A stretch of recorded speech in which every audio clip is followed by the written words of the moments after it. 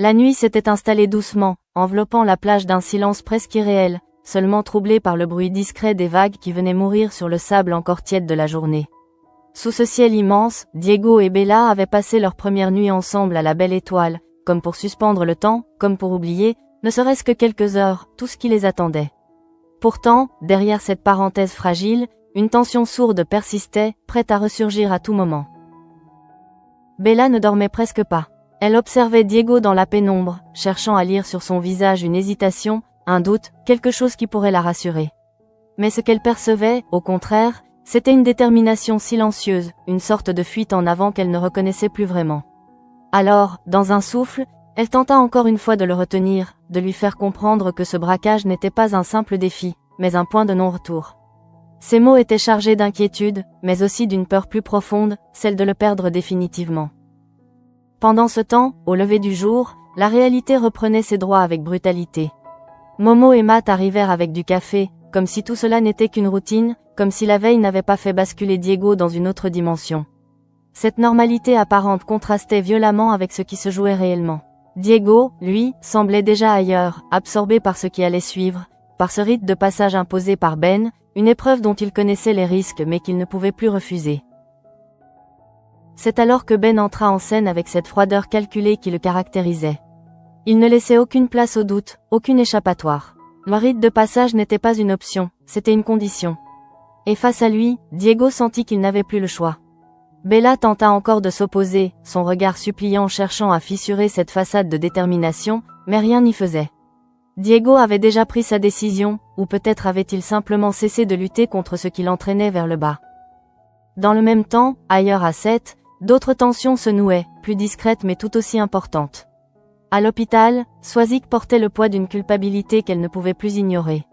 Elle savait que la situation entre Sylvain et Christelle lui échappait, qu'elle avait contribué, malgré elle, à fragiliser leur couple. Lorsqu'elle croisa Bruno, celui-ci ne chercha pas à atténuer la vérité. Il lui fit comprendre que si elle ne faisait rien, elle risquait de laisser une situation déjà fragile se briser définitivement. Ces mots eurent un effet immédiat. Swazik comprit qu'elle ne pouvait plus rester en retrait, qu'elle devait affronter Christelle, même si cela signifiait reconnaître ses propres erreurs. Lorsqu'elle se présenta à l'accueil de l'hôpital, l'atmosphère était lourde, presque étouffante. Elle choisit ses mots avec précaution, consciente que la moindre maladresse pourrait aggraver la situation. Elle parla de Sylvain, de son amour, de cette obsession presque naïve qu'il avait pour Christelle, et surtout du risque de tout perdre si rien ne changeait. Pendant ce temps-là, Diego faisait face à son épreuve. L'adrénaline montait, palpable, presque suffocante. Devant lui, cette échelle fragile suspendue dans le vide semblait défier toute logique. Bella, en contrebas, retenait son souffle, incapable de détourner le regard. Elle savait que ce moment pouvait tout changer, que la moindre erreur pouvait être fatale. Et pourtant, Diego avança. Pas après pas, il s'engagea sur cette structure instable, chaque mouvement calculé, chaque geste chargé d'une tension extrême. À mesure qu'il progressait, le silence se faisait autour de lui. Même Ben, habituellement si sûr de lui, observait avec une attention particulière. Peut-être ne s'attendait-il pas à ce que Diego aille jusqu'au bout. Peut-être espérait-il le voir reculer, abandonner, prouvant ainsi qu'il n'était pas prêt. Mais Diego continua, porté par une force intérieure qu'il ne comprenait pas lui-même. Était-ce de la peur, de l'orgueil, ou simplement l'envie désespérée de prouver quelque chose? Finalement, il atteignit l'autre côté. Un instant suspendu, presque irréel, où tout sembla s'arrêter.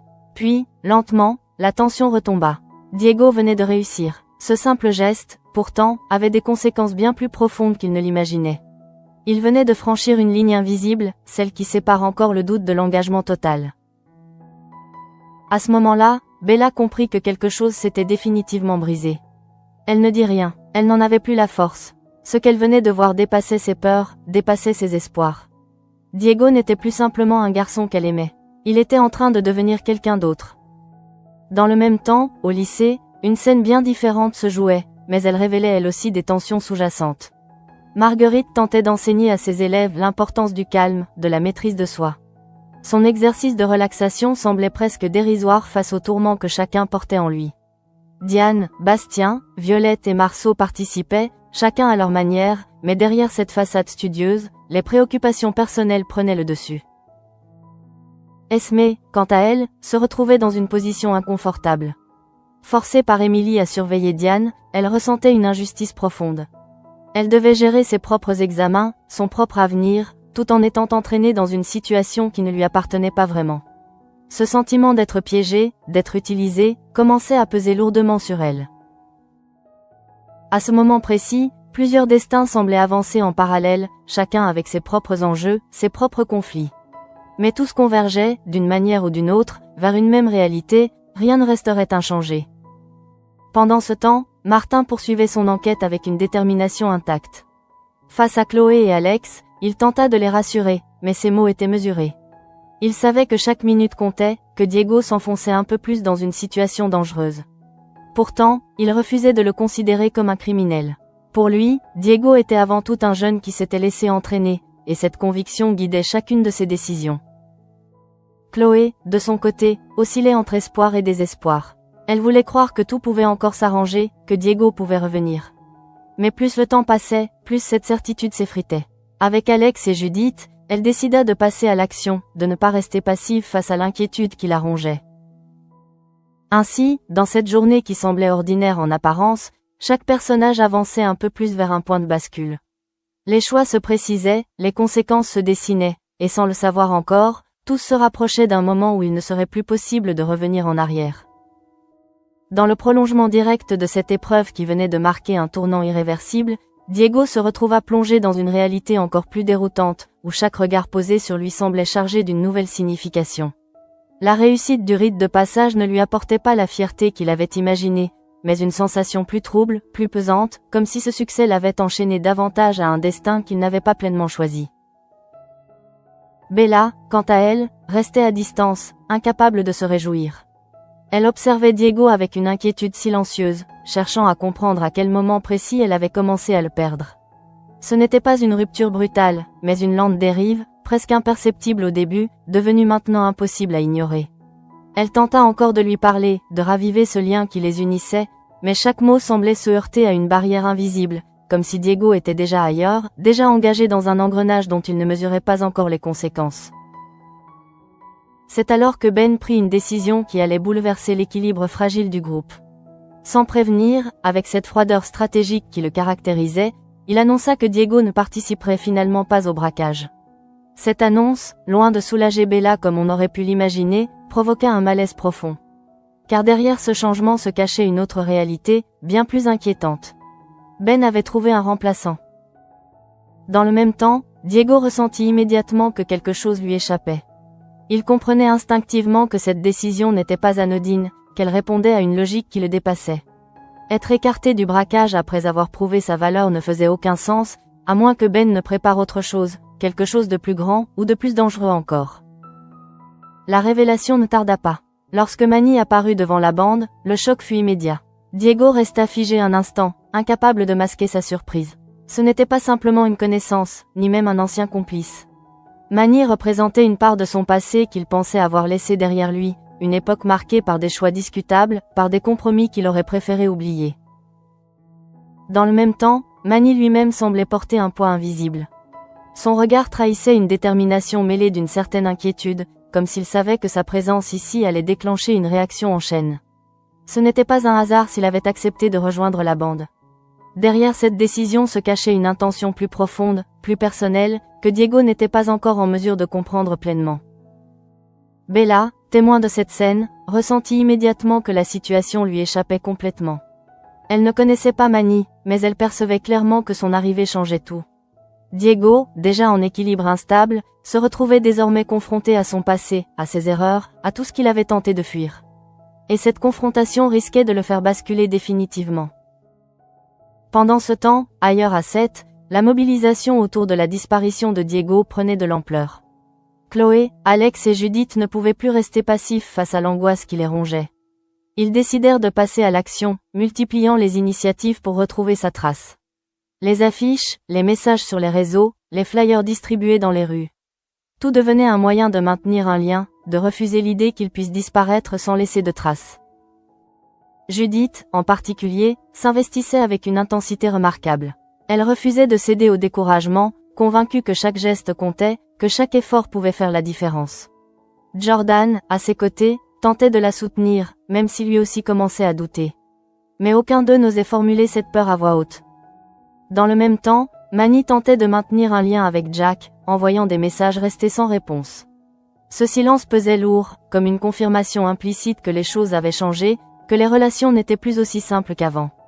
Manny se retrouvait ainsi isolé, pris entre son passé et ses choix présents, obligé d'avancer sans filet. À ce moment-là, la tension montait d'un cran dans plusieurs sphères, chacune évoluant selon sa propre logique, mais toutes convergeant vers un point critique.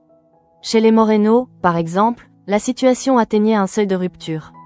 Sylvain, incapable de gérer ses émotions autrement, choisissait la provocation, dispersant chips et pop-corn comme une manière détournée d'exprimer sa frustration. Mais lorsque Christelle rentra, quelque chose changea. Derrière l'agacement, derrière les reproches, se cachait une vérité plus profonde, plus fragile. Elle était épuisée, oui, mais elle ne pouvait pas nier ses sentiments. Cet aveu, à demi-mot, marqua un tournant. Sylvain, touché, tenta à son tour de faire un pas vers elle, promettant d'abandonner le blackjack, comme pour prouver qu'il était prêt à changer. Cependant, cette promesse restait incomplète. Car lorsqu'il fut question de couper les ponts avec Swazik, il hésita. Pas par manque de volonté, mais parce que les liens étaient déjà trop imbriqués, trop complexes pour être simplement effacés. Cette ambiguïté laissait planer un doute, une incertitude qui risquait de ressurgir à tout moment. Dans le même temps, Swazik, de son côté, tentait de reconstruire ce qu'elle avait contribué à fragiliser. Son échange avec Bruno, plus léger en apparence, révélait pourtant une volonté sincère de réparer les choses. Derrière les cartes et les rires, il y avait une tentative de retrouver un équilibre, même fragile. Parallèlement, au lycée, les dynamiques continuaient d'évoluer. Violette proposa à Bastien de réviser ensemble, cherchant à créer un espace de normalité dans un contexte déjà chargé. Bastien accepta, peut-être par besoin de stabilité, peut-être pour échapper, lui aussi, aux tensions environnantes. Dans le même temps, Marceau tentait d'attirer Diane vers une échappatoire, lui proposant de travailler à la plage. Mais Diane, coincée entre ses obligations et les attentes d'Émilie, ne pouvait pas se permettre cette liberté.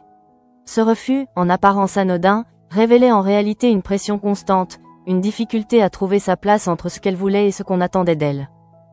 Ainsi, tous ces fils narratifs se tissaient lentement, créant une toile complexe où chaque décision, chaque geste, prenait une importance croissante. Diego, Manny, Bella, mais aussi tous les autres, avançaient sans le savoir vers un moment où leur trajectoire allait se croiser de manière irréversible. Et dans ce mouvement inexorable, une question restait en suspens. Qui, parmi eux, serait prêt à aller jusqu'au bout, et à quel prix? À mesure que la journée avançait, une tension presque imperceptible s'installait, comme une ombre qui grandissait sans que personne ne puisse vraiment l'arrêter. Diego, depuis l'apparition de Manny, n'arrivait plus à retrouver le fil de ses pensées. Ce n'était pas seulement la surprise qui le troublait, mais tout ce que cette présence réveillait en lui, une mémoire enfouie, une partie de lui-même qu'il avait tenté de reconstruire, loin des erreurs passées. Manny, de son côté, semblait évoluer avec une prudence calculée. Il ne cherchait pas à provoquer Diego, ni même à expliquer sa présence immédiatement. Pourtant, chaque regard échangé entre eux était chargé de non-dits, de souvenirs partagés, de décisions prises autrefois et dont les conséquences continuaient de se faire sentir aujourd'hui. Cette tension silencieuse créait une distance étrange, presque irréelle, comme si deux versions d'un même passé se retrouvaient face à face sans savoir comment coexister. Dans le même temps, Ben observait la situation avec un détachement apparent, mais en réalité profondément stratégique. Il savait exactement ce qu'il faisait en intégrant Manny à la place de Diego. Ce n'était pas seulement une question d'efficacité pour le braquage, mais une manière de tester les limites, de voir jusqu'où chacun était prêt à aller. Diego venait de prouver son courage, mais Ben cherchait autre chose, une loyauté absolue, une capacité à accepter les règles sans les remettre en question. C'est alors que Diego comprit, de manière presque instinctive, que son rôle dans cette histoire n'était pas terminé. Être écarté du braquage ne signifiait pas être libéré. Au contraire, cela le plaçait dans une position encore plus instable, comme s'il devenait une pièce imprévisible dans un jeu qu'il ne maîtrisait pas. Et cette incertitude commençait à peser lourdement sur lui. Pendant ce temps, Bella tentait de comprendre ce qui se jouait réellement. Elle percevait le danger, elle sentait que la situation lui échappait, mais elle ne disposait pas de toutes les clés. La présence de Manny, en particulier, la perturbait profondément. Elle voyait dans son attitude quelque chose de différent des autres membres du groupe, une retenue, une intention cachée qui ne correspondait pas à l'image d'un simple remplaçant. Dans le même temps, Manny faisait face à ses propres dilemmes. Sa décision de rejoindre la bande n'était pas dictée par l'argent, même si ses difficultés financières étaient bien réelles. Il y avait autre chose, une nécessité plus profonde, presque une obligation morale. Aider Diego, aider les Delcourt, c'était pour lui une manière de réparer, de compenser des erreurs passées, même si cela impliquait de replonger dans un univers qu'il connaissait trop bien. À ce moment-là, une dynamique complexe se mettait en place, où chaque personnage avançait avec ses propres motivations, souvent contradictoires. Diego voulait prouver qu'il pouvait aller jusqu'au bout, Bella voulait le protéger, Manny cherchait à le sauver sans le dire, et Ben manipulait l'ensemble avec une précision inquiétante. Pendant ce temps, l'enquête de Martin progressait lentement, mais sûrement. En envoyant Nordine et Manon sur la piste du trafic de médicaments, il espérait remonter une filière qui pourrait, indirectement, le rapprocher de Diego. Son intuition restait la même, Diego n'était pas un criminel, mais un jeune en danger. Et cette conviction le poussait à ne pas relâcher ses efforts, malgré le manque d'indices concrets. Dans le même temps, la mobilisation autour de Diego continuait de prendre de l'ampleur. Chloé, Alex et Judith parcouraient les rues, distribuant des flyers, interrogeant les passants, refusant de céder au découragement. Chaque visage croisé devenait une possibilité, chaque regard une chance de trouver une piste. Cette détermination collective témoignait d'un attachement profond, d'un refus catégorique d'abandonner. Cependant, cette énergie contrastait avec le silence auquel Manny faisait face. Ses messages à Jack restaient sans réponse, créant un vide difficile à combler. Ce silence n'était pas seulement une absence de communication, mais une rupture, une distance qui s'était installée sans qu'il ne puisse vraiment l'expliquer. Et cette solitude renforçait encore davantage le poids de sa décision. Dans le même temps, Diego commençait à observer Manny différemment. Au-delà de la surprise initiale, il percevait désormais quelque chose de plus subtil, une intention qui ne correspondait pas à ce qu'il connaissait de lui autrefois. Manny ne cherchait pas à s'imposer, ni à prendre le dessus. Au contraire, il semblait presque en retrait, comme s'il avançait avec précaution dans un terrain qu'il connaissait pourtant parfaitement. C'est alors qu'un doute commença à s'installer dans l'esprit de Diego. Et si Manny n'était pas là pour les mêmes raisons que les autres ? Et si, derrière cette façade, se cachait une autre réalité, une stratégie différente, peut-être même une forme de protection ? Cette idée, encore floue, venait troubler ses certitudes, remettre en question tout ce qu'il pensait comprendre.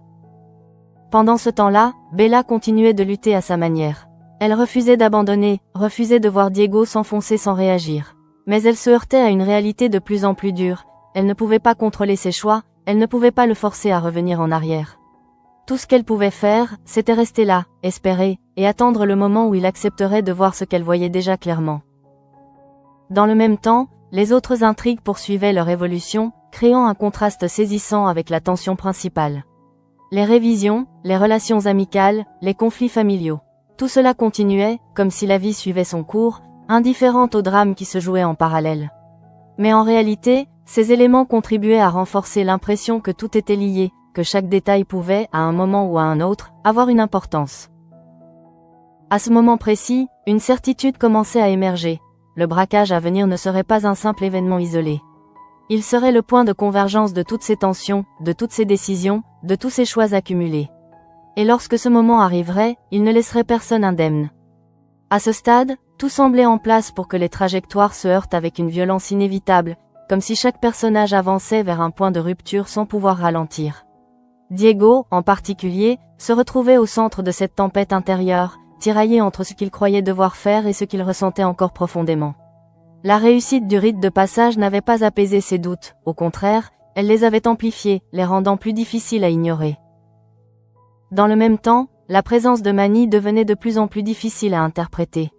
Ce n'était pas seulement son arrivée qui troublait Diego, mais son attitude, cette manière de rester en retrait tout en étant pleinement impliqué. Manny ne cherchait pas à prendre le contrôle, ni à s'imposer face à Ben. Pourtant, il observait tout, analysait chaque détail, comme s'il attendait le moment précis pour agir. Peu à peu, Diego commençait à percevoir ce qui lui avait échappé jusque-là. Manny n'était pas là par hasard. Il ne s'agissait pas d'une opportunité ou d'un simple remplacement. Il y avait une intention derrière sa présence, une stratégie silencieuse qui prenait forme sans être exprimée. Cette prise de conscience déstabilisait profondément Diego, car elle remettait en question tout ce qu'il croyait comprendre de la situation. Pendant ce temps, Bella se retrouvait face à une décision qu'elle ne pouvait plus repousser. Elle avait tenté de raisonner Diego, de le retenir, de lui montrer les conséquences de ses choix, mais rien n'avait réellement changé. Elle comprenait désormais que rester spectatrice ne suffirait plus. Si elle voulait le sauver, elle devait agir autrement, prendre un risque, même si cela signifiait franchir une ligne qu'elle n'avait jamais envisagée. Dans le même temps, Manny avançait avec une détermination de plus en plus visible. Derrière son calme apparent, une tension intérieure grandissait, alimentée par l'urgence de la situation. Il savait que le braquage approchait, que chaque minute comptait, et que s'il attendait trop, il risquait de perdre toute possibilité d'intervenir. Mais agir trop tôt pouvait tout compromettre. Il devait trouver le bon moment, celui où son intervention aurait un impact réel. C'est alors que Diego, confronté à cette réalité complexe, commença à vaciller. Pour la première fois depuis le début, il doutait véritablement. Non pas de sa capacité à aller jusqu'au bout, mais du sens de ce qu'il faisait. Pourquoi continuer? Pour prouver quoi? À qui? Ces questions, qu'il avait jusque-là repoussées, revenaient avec une force inattendue, fissurant peu à peu la certitude qu'il affichait. Dans le même temps, Ben continuait de tirer les ficelles avec une précision inquiétante. Il observait Diego, Manny, Bella, comme un joueur d'échecs analysant chaque mouvement. Il savait que quelque chose se préparait, que l'équilibre du groupe était fragile, mais cela ne semblait pas l'inquiéter. Au contraire, il semblait presque attendre ce moment de bascule, comme si le chaos faisait partie intégrante de son plan. Pendant ce temps, l'extérieur du groupe n'était pas en reste. Martin poursuivait ses recherches, explorant de nouvelles pistes, refusant de céder à la facilité.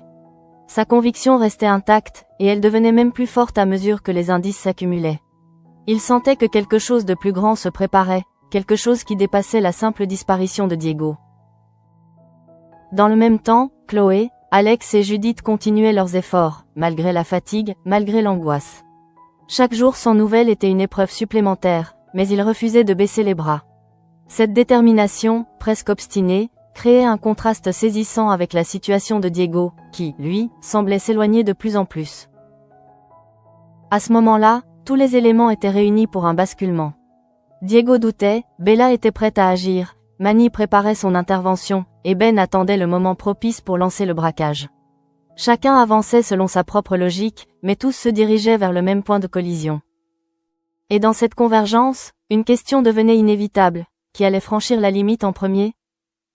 À ce moment précis, tout semblait suspendu, comme si le temps lui-même retenait son souffle avant l'inévitable basculement. Diego, au cœur de cette spirale, ressentait pour la première fois le poids réel de ses choix. Ce n'était plus une simple aventure, ni même un défi à relever pour prouver quelque chose. C'était devenu une trajectoire dangereuse, une pente glissante dont il percevait enfin la profondeur. Dans le même temps, Manny comprenait que l'instant qu'il attendait approchait. Il ne pouvait plus se contenter d'observer, ni de rester en retrait. Sa présence dans la bande, désormais révélée, avait déjà déclenché une série de réactions qu'il ne contrôlait plus totalement. Pourtant, il n'avait aucun regret. S'il était là, c'était pour une raison précise, et cette raison dépassait largement le simple braquage. Diego, en croisant à nouveau son regard, sentit quelque chose changer. Ce n'était plus la surprise, ni même la méfiance. C'était une forme de compréhension naissante, encore fragile, mais bien réelle. Manny n'était pas un ennemi. Il n'était pas non plus un simple allié. Il était là pour lui, d'une manière que Diego n'osait pas encore accepter pleinement. Pendant ce temps, Bella arrivait au point où elle ne pouvait plus rester dans l'attente. Elle comprenait que si elle ne faisait rien, Diego s'enfoncerait irrémédiablement. Cette prise de conscience, brutale, la força à envisager des choix qu'elle aurait refusés quelques jours plus tôt. Elle devait agir, même si cela signifiait prendre un risque, même si cela impliquait de trahir une confiance ou de s'opposer frontalement à ce qui se préparait. Dans le même temps, Ben poursuivait son jeu avec une maîtrise glaciale. Il savait que la tension était à son comble, que chacun était prêt à réagir, et c'était précisément ce qu'il attendait. Pour lui, le braquage n'était pas seulement une opération. C'était un test, une manière de révéler la véritable nature de ceux qui l'entouraient. Et dans ce test, aucune faiblesse ne serait tolérée. C'est alors que Diego réalisa que tout convergerait vers ce moment. Le braquage n'était pas encore lancé, mais il en ressentait déjà les conséquences. Chaque décision prise jusque-là, chaque hésitation, chaque silence, tout allait peser dans la balance. Et pour la première fois, il comprit que continuer signifiait peut-être perdre bien plus que ce qu'il était prêt à sacrifier. Pendant ce temps, à 7, la mobilisation ne faiblissait pas. Chloé, Alex et Judith continuaient leurs recherches, portés par une détermination qui frôlait l'épuisement. Ils ne savaient pas exactement où chercher, ni même s'il était proche de la vérité, mais ils refusaient d'abandonner. Cette persévérance, presque instinctive, témoignait d'un lien indéfectible, d'un attachement qui résistait à l'incertitude. Dans le même temps, Martin avançait méthodiquement, reliant les indices, construisant une vision d'ensemble qui se précisait peu à peu. Il sentait que l'affaire prenait une dimension plus large, qu'elle dépassait le simple cas de Diego. Et cette intuition le poussait à aller plus loin, à anticiper ce qui pourrait arriver. À ce moment-là, tous les éléments étaient réunis pour une confrontation inévitable. Diego se trouvait à la croisée des chemins, Bella était prête à agir, Manny s'apprêtait à intervenir, et Ben attendait le moment parfait pour lancer son plan. Chacun avançait avec ses propres motivations, mais tous se dirigeaient vers un point de rupture commun.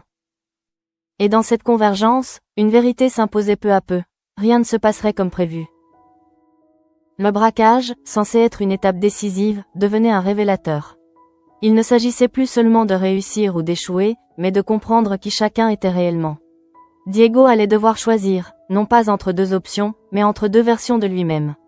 Bella allait devoir accepter de prendre un risque pour le sauver.